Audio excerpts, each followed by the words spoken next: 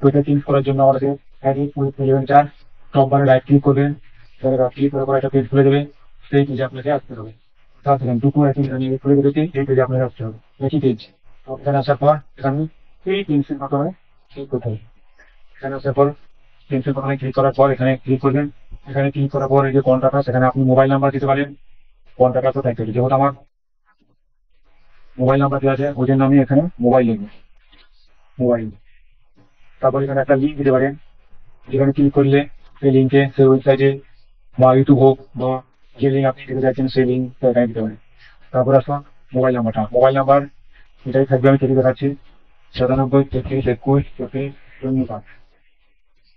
একই সিস্টেমে এখানেও আপনি লিঙ্ক দিতে পারেন। তারপর আসুন মেলটা, এখানে মেল নাম্বারটা দিয়ে দেবেন, যে মেলটা আপনার হবে। তো আমি একটা দেখিয়ে দিচ্ছি মেলটা,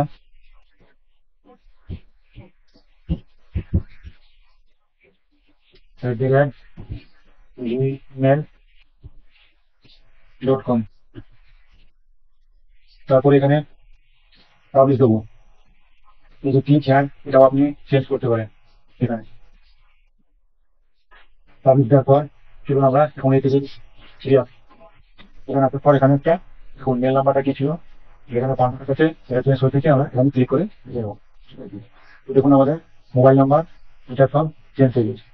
এই লিঙ্কটা এটাও আপনি দিতে পারেন। আমি এখন ইউটিউবের লিঙ্ক দিয়ে আপনাকে দেখাচ্ছি। এখানে ইউটিউবে চলে আসবেন, ইউটিউবে আসার পর চ্যানেল লিঙ্কটা আমি এখানে কপি করে দিয়ে দিচ্ছি। এখানে ক্লিক রয়েছে,